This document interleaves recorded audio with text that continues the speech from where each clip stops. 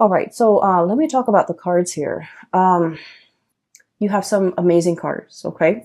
So, first of all, I'm looking at the cards like this. That's what it feels like to me. So, let me just read them the way that they kind of resonate with me. We have here the World and the Traveler, okay? Brand new starts here. The World is pretty much opportunities galore. It's like all the avenues that might have been blocked in the past, they are finally making themselves available to you. Okay. That promotion that was, somebody, it's like there might have been a job and you were eyeing that job, but there's always somebody occupying that job. Potentially they're retiring and now that job is open. Okay. So kind of like that, doors opening, opportunities opening, roads, like just like, unrolling kind of like ahead of you. So if you feel like you've been in a rut for quite some time when it comes to your life, your work, relationships, even professional life, I'm seeing a lot. I feel like a lot of doors are opening, okay? And I feel like you don't even need to lift a finger. The doors are opening because the time is right. And the time is right because you are operating from the space where you have been trying to manifest something brand new. Okay, we have here the Traveler. This is the Fool. You have been trying to manifest something brand new. You have already mastered whatever it was that you were doing. You have already mastered it. And now, Virgos, you're finally brave enough to take this leap of faith over this cliff and try to get onto the other side. And I feel like because you are doing your due diligence and because you are also stepping out of your comfort zone, the universe is reciprocating. Okay. You've been wanting new energies for a very, very long time. And I feel like they're saying, this is the year for you. This is where things are really going to start to take off. Okay. In tandem, we have as well the Nine of Crystals. So this is the Nine of Pentacles. And we have here the 10 of Wands. And this is what I meant about, working smart rather than working hard. You're very good at working hard. You're very, very good at that. No one will, deny that. Okay. But in the spirit of saving time, in the spirit of kind of like upping your game a little bit. Okay. Upping your game a little bit. We need to be a little bit smart about how we're working. Okay. So for example, let me just say this. I feel like some of you who might be watching this, okay? You might be a paralegal right now, and you might be, trying to pass the bar exam, for example. Okay. And so what I'm feeling is, you're like pouring over volumes of books on case laws, on legal precedents and things like that. And it's very dry and very uninspiring. And you're, trying to memorize and trying to cram. When in fact, they're saying, look at the work that you're doing. Ask the people in your work environment. Ask the people, look at the real life cases. Those are a lot more nuanced and they're a lot more juicy. They're a lot more exciting. And if you look at those cases, the information is going to come alive. And so you don't have to cram. You don't have to, try to memorize in such a dry way. So it's about working smart rather than working hard. So the spider here, okay, and the spider, they weave their web, okay, and a lot of the times it gets destroyed, right? Humans like come in and shake them away, or insects or whatever animal that runs through the forest. They knock it down, and then the spider diligently, goes back out, possibly at night, weaves a new web, and, just waits for the prey to kind of like land on that web. Okay, so this is like working a lot, doing a lot of things in a repetitive way. But it also indicates to me a lot of financial abundance, okay? A lot of financial security, a lot of financial abundance, a lot of self-sufficiency. So spiders are very solitary creatures. And I feel like, everyone's got their own web and everyone minds their own business and everyone pretty much lives for themselves. And so what I'm feeling is, you've worked really hard to build up this foundation for yourself where you're self-sufficient. You don't want to ask for help. You feel like asking for help might be seen a little bit as a weakness, or even like asking for help is like, oh, I couldn't finish it. And it's a reflection of my work ethics or my skill set when I can't do something and I have to ask other people for help. And I feel as if you feel like in this environment, you feel almost like you're working twice as hard and other people are just coasting. And you might feel like there might be some imbalance associated with that. Okay. This is the 10 of Wands here. And the way that it's depicted in this card, we have here this horse. And, you know, horses are draft animals. They can carry a lot of weight and they can, you know, transport people, objects, carry, like pull a wagon. And so I feel like this is like the workhorse, literally the workhorse. This is somebody that other people depend on and other people often take for granted. Other people often dump responsibilities on. And this is an animal that doesn't complain either. Okay. So I feel as if there are definitely, and you know, I've been seeing this for a lot of Virgos. There are a lot of, definitely a lot of things here where you kind of need to draw the line. You kind of need to be a little bit crafty about how you can tell people to back off and, you know, give you your time and respect your space. And at the same time, to kind of like take care of themselves, like learn to be self-sufficient. You know, it took you a lifetime to learn to be self-sufficient. Why can't they do that themselves? So I feel like, you know, you might feel like it's not fair. You might feel like it's your responsibility now, or it's like falls on you, or it's incumbent upon you to, you know, pick up the burden for other people. And I feel like in a way that's not very fair. And I feel that in the past you might have been very much about, you know, wanting to serve others, being in the spirit of service. But I do sense for the month of February, you have drawn some boundaries. You have, you know, drawn your line in the sand, demarcate where you would chip in and where you will not, because I feel like your energy is a lot more free. This is like saying no to people and not feeling guilty, Virgo. Telling people, you know what, I only have 5 minutes and I need to, you know, use the restroom. I can't help you. I'm sorry, you know, things like that. And doing it in a way where you don't have to feel bad about it. You're not guilt-ridden over not being able to help somebody. You're not guilt-ridden over like not bending over backwards for another person when in fact they are clearly capable. And so I do sense there's a lot of like shedding away the mental and emotional baggage. And a lot of it has to do with the fact that you've been working for other people, serving other people, helping other people, a lot of people. And I do sense like you do it because, you know, you care about the people, right? But at the same time, you start to understand how that drains your energy, how that depletes you, how that disallows you from doing things that you want, how that really cuts into your time, how that really, you know, kind of like sidetrack your plans, and how that really affects your emotional well-being. And so we're coming from this space where we have like, you know, the deep dive in emotion, where we might feel guilty if we have to say no to people, where we might feel like, oh, well, I have an extra 5 minutes, you know, I can help that coworker, I can help that boss, I can help that person. And things like that. And I feel like you do take a lot upon yourself. And this is the month where we need to kind of like do us, focus on what we need, and not let other people's problems emotionally burden you. Okay. Learning to say no and feeling like you don't need to be apologetic for it. So this is really nice, crisp, refreshing energy. You're leaping towards the future of your life. Okay. So what is coming through, I feel for many of you, there's a lot of movement and travel here. Okay. And this is like seeing the world.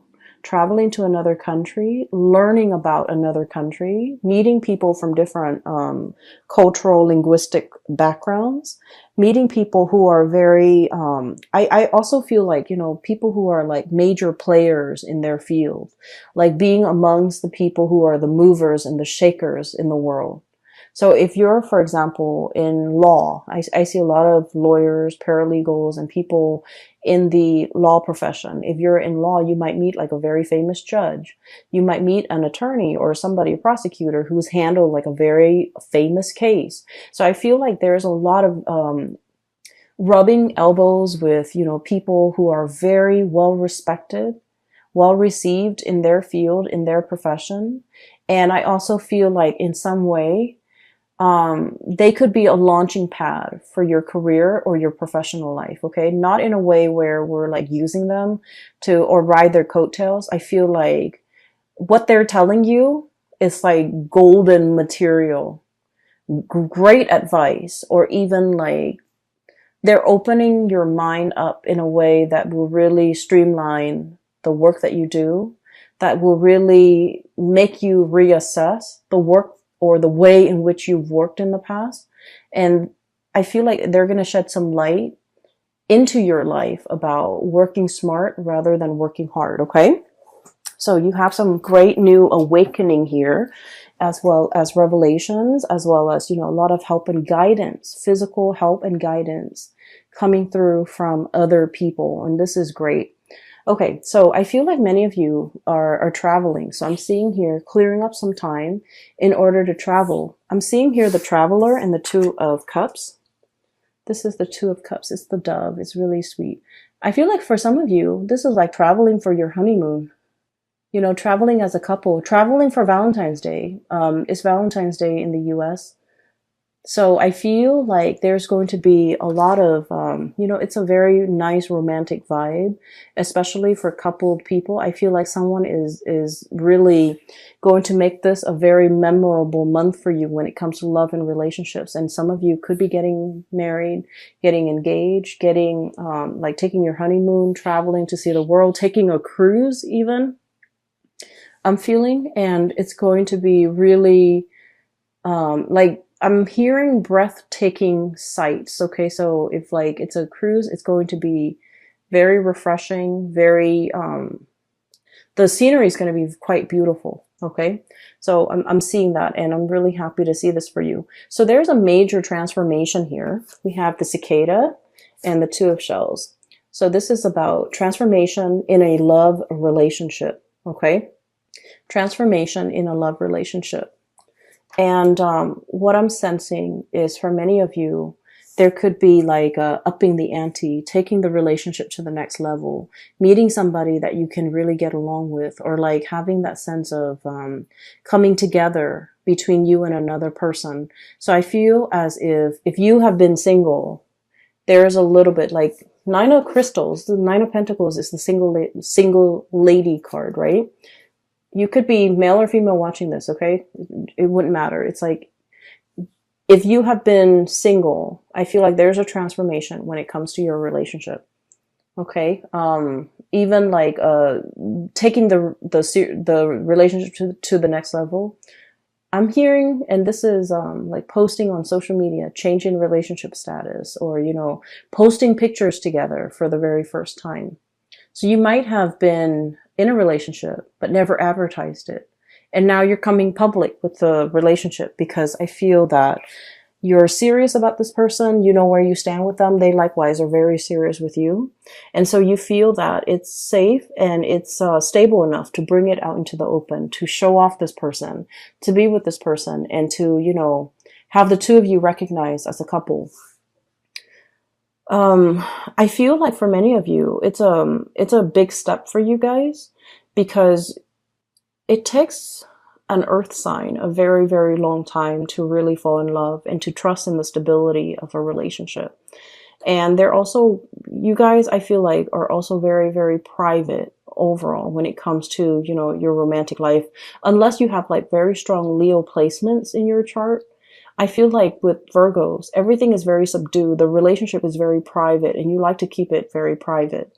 And as a result of this, I feel like this is like serious escalation in a love relationship in some capacity, because now you're kind of like seen in public with this person, making things public, okay, making a public announcement. And there will be a lot of people looking on. And I feel as well, um, there's something here that indicates to me two people who are a very, very good, solid match for each other. The Two of Cups is about, you know, friendship and harmony. It's two people who might be very similar.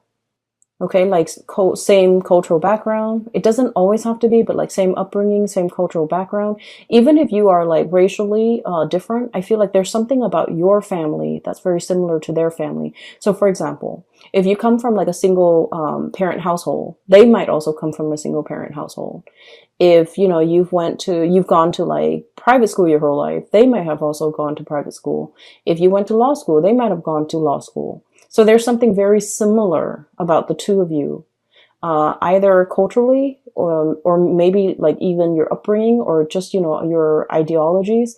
This is like two people who really get along, who agree on a lot of things. And as a result of it, the relationship flows very smoothly. And there's not a lot of conflict and confrontation and, you know, childish games and things like that. It's a very enlightened relationship where two people really care about each other and they're willing to put each other first, okay? So this is really positive energy. So you've been trying to manifest, I feel, financial stability and a happy home life for quite some time. What we have here is the Ten of Pentacles, okay? And I want to talk about this card a little bit because when I saw this, I was thinking immediately, you know, like there was a drought, okay? So the Ten of Pentacles is about property, like a physical dwelling, a house. It's about family. It's about financial stability, the foundation for everything that life builds upon. So I feel like for many of you, you've been shying away from relationships. Not all of you, but I feel like for the majority of you, there is a shying away from a relationship. And I feel a lot of it has to do with whether or not you believe that relationships can work, whether or not you believe that marriage, for example, is long lasting, whether or not you believe that somebody could be, you know, that we could be committed to and in love with somebody for life. Okay. So the whole concept of like till life do us or till death do us part, the whole concept about living and sharing your space with another person and getting along with the other person. And even though you might nitpick at whatever they do, you still at the end of the day really, really love them and really care about them as a person and will do right by them. And so the whole concept about, you know, happily ever after, about moving in together, buying property, and having a marriage that will withstand the test of time. All of it has been very daunting and very, very scary. And let me just say this. I feel for many of you, you might have come from like broken homes. Okay. There might have been infidelity with mom and dad. There might have been like growing up in a single parent household where things have been hard. Okay. And so things might have been very financially hard. And your parents, you know, might have been not emotionally available because they were working all the time. And I feel like everything that you have done, Virgos, you've had to do it on your own. And what I mean by this is like, you might look at, you know, a colleague of yours and they come from like, you know, a very stable home environment, a very stable like upbringing. Dad's a lawyer, mom's a doctor. And so they have, you know, really intelligent parents who are college educated, who have like years and years of schooling. And their parents not only served as like their mentor, but their parents had the financial stability to, you know, put them through school without student loans, for example. Okay. And I feel as if in your life, Virgos, everything that you have right now, you have had to work really hard for. Okay.